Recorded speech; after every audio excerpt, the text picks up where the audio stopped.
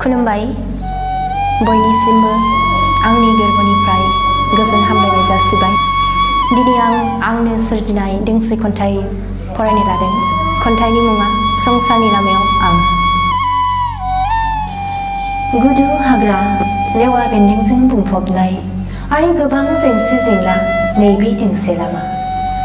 रोजा रोजा मोखांनि आगान थेवबोनो बे लामाया दुल दुल नङा। बेजोंनो आंबो हान्थिदों जिउनि ओंथिखौ आबुं खालामनो।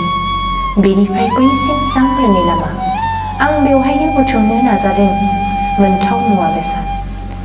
सोरगो हाया हाया आगानजों नाहरफ्लांबाय थायो नुहुराब्लाबो जोबथा बिन्दो। माब्लाबा गादलिनदों, माब्लाबा सौथुदों आरो माब्लाबा स्रं स्रं खारदों आगानफोरा।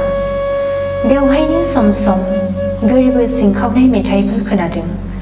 बोहैलांनाय दैमु निजोरा बादि गोरबो बिखा साजों सौख्रांलांनाय। लोगो मोनलायदों बिदिनो गुलि गुलि दुखु आरो सुखु होननाय मुंजों। गाबनाय आरो मिनिनाय बिसोरजोंनो आं हान्थिदों। गोहो जथायनानै गोसो फोरानानै संसारनि जेथोगोनां लामाखौ। गोजोन्थों।